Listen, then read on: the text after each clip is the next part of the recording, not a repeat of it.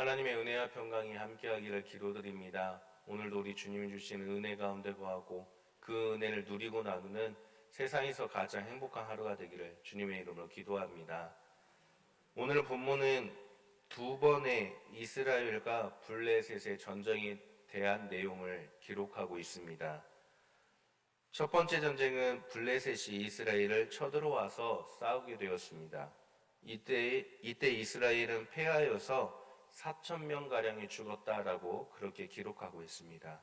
이스라엘 장로들은 여호와께서 패하게 하셨다라고 말하면서 언약궤를 실로에서 가지고 와서 전쟁에서 승리하자라고 결단하게 됩니다. 그 후에 언약궤를 가지고 오게 되자 블레셋 사람들은 두려워 떨기 시작합니다. 8절에 보니까 이스라엘 백성이 믿는 여호와는 광야에서 여러 가지 재앙으로 애굽인을 친 신이다라고 말하면서 두려워하였다라고 그렇게 기록하고 있습니다. 그럼에도 블레셋은 이스라엘을 공격하였고 언약궤가 있는 이스라엘은 패하여서 3만 명이 죽고 언약궤마저 빼앗기게 되었다라고 오늘 말씀에 기록하고 있습니다. 이러한 오늘 두 번의 전쟁을 통해서 우리가 몇 가지 함께 생각을 해보기를 바랍니다. 첫째는 전쟁에 패한 이스라엘 장로, 즉 이스라엘을 대표하는 사람들이 한 말에 대해서 우리가 함께 생각해 보길 바랍니다. 전쟁에 패한 이스라엘의 장로는 여호와께서 어찌하여 우리에게 오늘 블레셋 사람들 앞에 패하게 하였는가라고 그렇게 고백을 하였습니다. 블레셋과의 전쟁에서 하나님께서 패하게 하셨다라고 말한 것입니다. 물론 전체적인 맥락에서는 하나님이 일부러 패하게 하신 것이 맞습니다. 하나님이 사무엘에게 하신 그 말씀을 이루고자 패하게 하셨다라고 전체적으로는 우리가 이해할 수가 있습니다.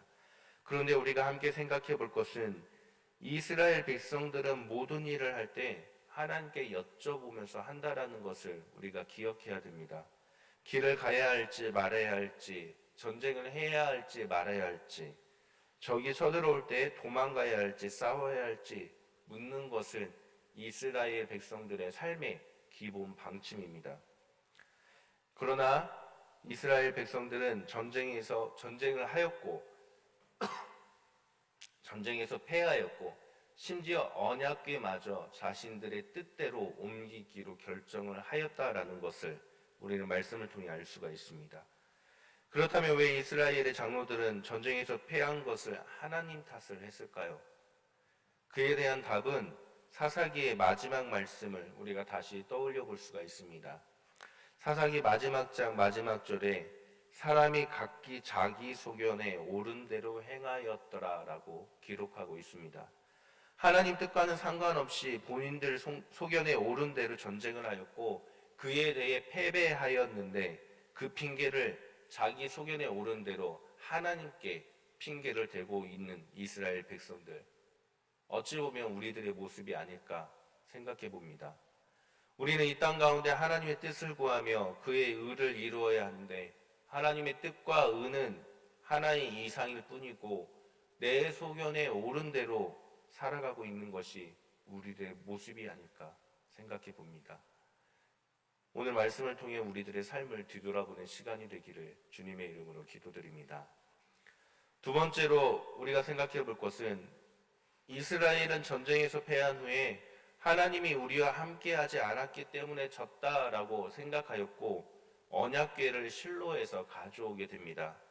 하나님이 임재하시는 언약궤만 있다면 승리할 것이라 생각했으나 전쟁의 결과는 첫 번째 전투보다도 약 10배의 사상자인 3만 명이 죽는 대패를 하게 됩니다. 하나님은 언약궤에 임하신다고 약속하셨지만 하나님은 언약궤에만 임하시는 분이 결코 아니십니다. 하나님은 시간과 공간의 제약을 받지 않으시는 분이십니다. 그럼에도 불구하고 이스라엘 백성들은 마치 하나님이 언약궤에만 임하는 것으로 착각하여서 부적을 쓰듯 언약궤만 있으면 우리가 전쟁에서 승리한다 라고 생각하였다라는 겁니다. 자신들의 소견이 옳다 여겼기 때문에 이들은 하나님을 자신들의 생각의 틀 안에 가둬놓고 부적처럼 그때 자신들의 입맛에 맞게 하나님을 여기에 붙였다 저기에 붙였다 하였다라는 뜻입니다. 그런데 이 모습 또한 어쩌면 우리들의 모습이 아닐까요? 우리가 힘들고 하나님의 도우심만 필요할 때만 하나님을 찾고 간구하며 그 어려운 시기가 지나면 하나님은 보물상자에 꽁꽁 숨겨두고 살아가는 우리들의 모습 또한 이스라엘 백성들의 모습과 같진 않을까요? 하나님은 우리의 사고의 틀에 가둘 수 없는 분이며 우리의 생각을 초월하시는 분이심에도 불구하고 우리는 우리의 입맛대로 우리의 필요에 따라 하나님을 가둬놓고 하나님을 그때그때 불러 사용하고 있진 않습니까? 우리들의 삶의 모습을 뒤돌아보는 시간이 되기를 바랍니다. 세 번째로 언약궤를 실로에서 가져왔음에도 불구하고 블레셋과의 전쟁에 패하였으며 언약궤마저 빼앗기게 되었습니다. 이때 이스라엘 백성들은 그 심정은 어떠했을까 우리가 생각해 보길 바랍니다. 아마도 허탈했을 것입니다. 또 실망했을 것입니다. 어쩌면 하나님이 과연 존재하는지 하나님을 원망했을 수도 있습니다. 그런데 이러한 이스라엘 백성들보다도 더 실망한 사람이 한 사람이 있습니다. 바로 사무엘입니다. 사무엘은 여호와의 말씀이 희귀한 그 시대에 언약궤에서 들려오는 하나님의 말씀을 음성을 직접 들었고 하나님이 하신 그 말씀을 듣고 이스라엘 백성들에게 선포한 사람이 바로 사무엘이었습니다. 하나님의 존재함을 직접 체험했고 하나님과 깊은 교제를 통해 하나님의 말씀을 선포한 사람이 바로 사무엘이었습니다. 하나님의 언약궤가 있었음에도 불구하고 블레셋에게 패한 이 시점에서 사무엘의 마음은 어떠했을까요? 아마도 절망 가운데서 하나님이 존재하는지 하나님을 원망하기보다도 하나님의 그 능력에 대해 스스로 많은 실망을 했을지도 모릅니다. 그런데 말씀을 가만히 살펴보면 하나님의 언약궤가 있었음에도 블레셋에게 패하게 되었는지, 왜 그렇게 되었는지, 왜 언약궤를 블레셋이 가져가게 되었는지 우리는 알 수가 있습니다. 3장을 보면 하나님은 사무엘에게 엘리 제사장의 집을 심판하겠다라고 말씀하셨습니다.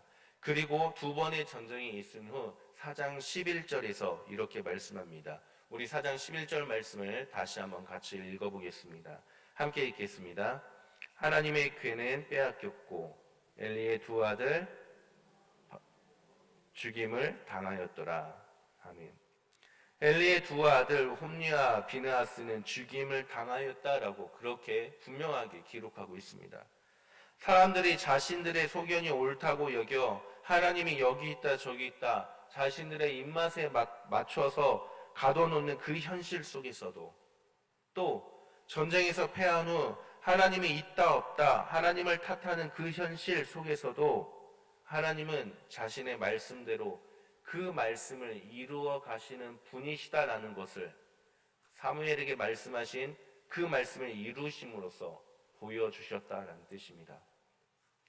어찌 보면 하나님의 언약궤를 블레셋에게 뺏긴 것, 하나님은 언약궤에 머무는 분이 아니라 지금 이 순간 함께 하시는 분임을 깨닫게 하기 위한 것일지도 모릅니다.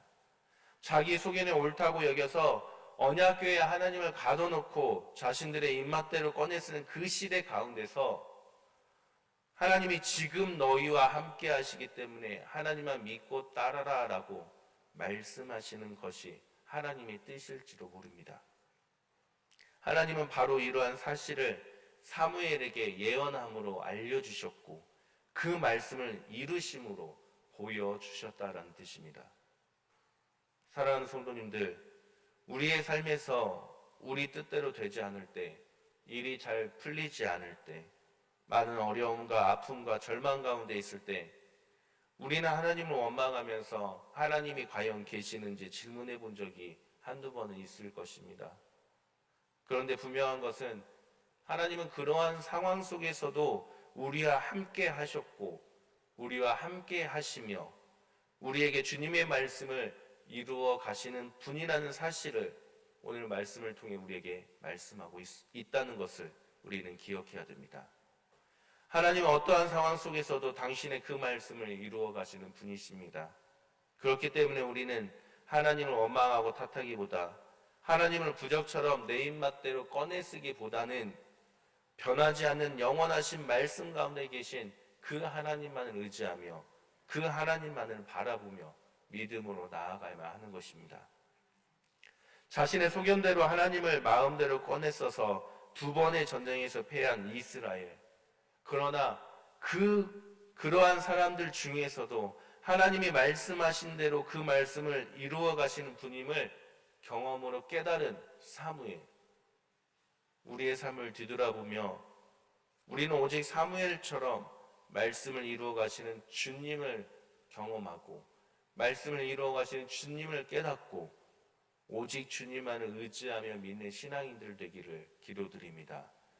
오늘 하루도 우리의 삶 가운데 보이지는 않지만 언제나 함께 하신 하나님, 그 하나님이 베푸시는 그 은혜를 누리며 그 하나님만을 의지하며 주님과 동행하는 세상에서 가장 행복한 하루가 되기를 주님의 이름으로 축원합니다.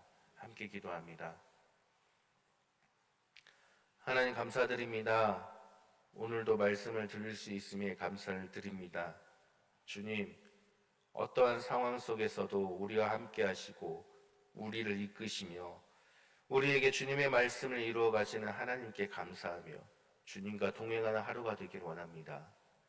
스스로 옳다 여기는 우리의 소견들을 버리게 하여 주옵시고 오직 주님의 말씀만을 간직하며 주님의 뜻을 이루어가는 세상에서 가장 행복한 하루가 될 수 있도록 우리의 삶을 이끌어 주옵소서.